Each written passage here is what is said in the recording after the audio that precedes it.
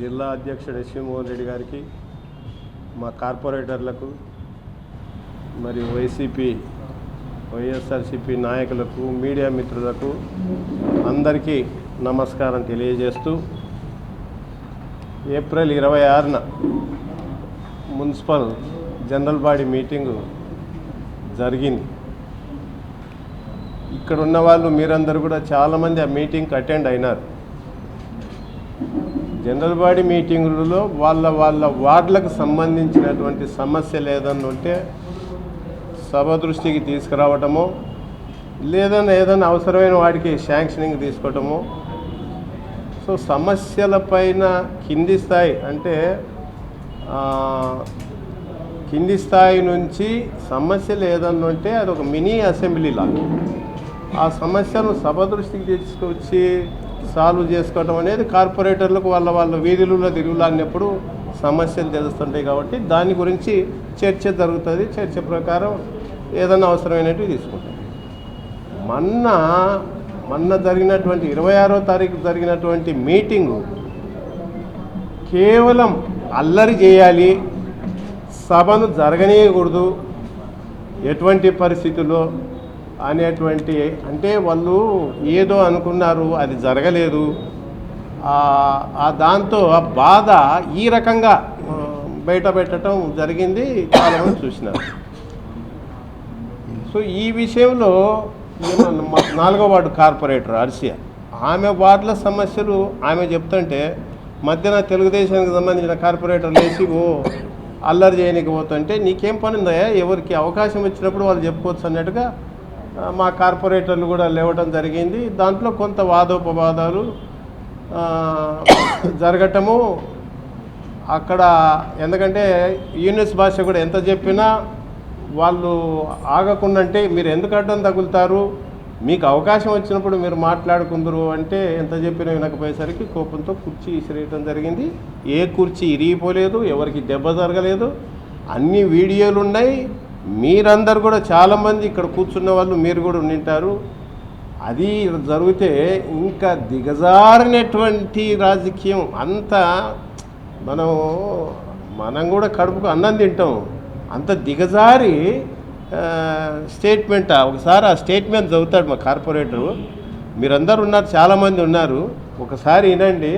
ఆ లాంగ్వేజ్ కంప్లైంట్లో వాళ్ళు రాసినటువంటి లాంగ్వేజ్ చూస్తుంటేనే అసహ్యం వేస్తుంది. ఏమి ఇంత అవసరం?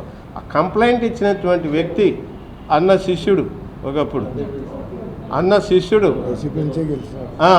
వైసీపీ టికెట్ ఇస్తే గెలిచినటువంటి వ్యక్తి. గెలిచినవు మొన్న కూడా నమ్మి స్టాండింగ్ కమిటీ మెంబర్గా చేసావు. స్టాండింగ్ కమిటీ మెంబర్గా కూడా నిన్ను పెట్టి గెలిపించుకున్నావు. అటువంటి వ్యక్తి డబ్బుల కమ్మడిపోయి ఇవాళ ఈ రకంగా కంప్లైంట్ పెట్టడం అనేది, ఆ కంప్లైంట్ మా విక్రమసింహారెడ్డి ఒకసారి చదువుతాడు. నిజంగా సిగ్గేసేటువంటి ఇది. అంత దిగజారినటువంటి పరిస్థితి అవసరమా మనకు? ఏదన్నా ఉంటే సబ్జెక్టు పరంగా ఆవేశం వచ్చినప్పుడు లోపల మామూలుగా ఏదన్నా అనుకుంటారు, మాట్లాడుకుంటారు. కానీ ఈ క్యాస్ట్ పేరు పెట్టి నువ్వు దిగజార్చుకోవటం ఆ కులాన్నంతా అవమానపరిచినట్టు కాదు.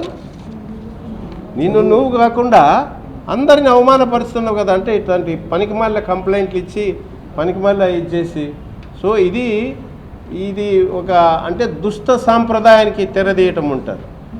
మేము ఎస్పీని కలిసి ఎస్పీ గారికి అదే చెప్పాం. నిజాలు చూడండి, అన్ని రకాల కెమెరాలు ఎదురుగున్నాయి, ఫుల్ లెంత్ వీడియో ఉంది. ఎక్కడ కూడా ఎవరు అసభ్యకరమైనటువంటి లాంగ్వేజ్ని ఎవరు వాడలేదు. మీరు అనవసరంగా ఈ కేసులు పెట్టి ఇంతవరకు దగ్గర 50 నెలలు అవుతుంది. 50 నెలల్లో ఎప్పుడూ లేదు. ఏదో సబ్జెక్ట్ పరంగా మాట్లాడుకుంటారు, లోపల ఆవేశంగా మాట్లాడుకుని బయటకు వచ్చి మళ్ళీ అలా అనుకుంటారు, కలిసిపోతారు తప్ప కేసుల దాకా ఎప్పుడు వెళ్ళలేదు. ఈ కేసులు పెట్టి అనవసరంగా కొత్త సాంప్రదాయానికి తెరదీయద్దు. మీరు ఆ కేసుల్లో విత్డ్రా చేసుకున్నట్టు చేయండి అన్నట్టుగా అని చెప్పాము. ఆయన కూడా నిజాలు పాజిటివ్గా స్పందించినారు. ఎస్పీ గారు కూడా నిజాలు ఎంక్వైరీ చేసి ఏదైతే వాస్తవమో దాని ప్రకారమే ఉంటుంది అనే మాట అని చెప్పడం జరిగింది. సానుకూలంగా స్పందించినారు. ఖచ్చితంగా ఇదైతే పూర్తి 100% అవాస్తవం. ఆ కేసు నిలబడదు. వీడియో క్లిప్పింగ్ కూడా అందరినీ చూడమంటున్నాం. కానీ ఇంత దిగజారిన రాజకీయం చేయొద్దు. తెలుగుదేశం నాయకులకు చెప్తున్నాం, ఇంత దిగజారిన రాజకీయం చేయొద్దు.